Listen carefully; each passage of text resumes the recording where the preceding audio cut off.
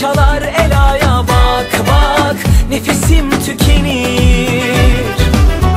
Hayal değil bu, hayatın ta kendisi. Aşkımız şimdiden aşkların efendisi.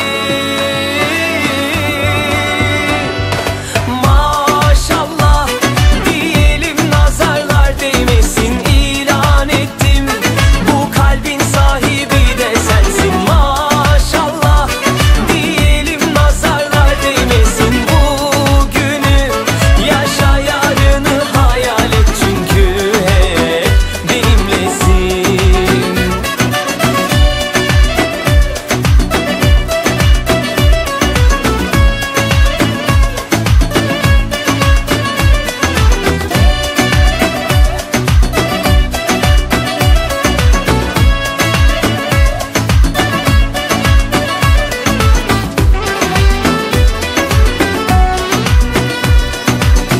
Ne kadar güzelsin, doyamam bakmalara. Sen benim her şeyimsin, sığdıramam sayfalara. Yaz yaz, kalemim tükenir.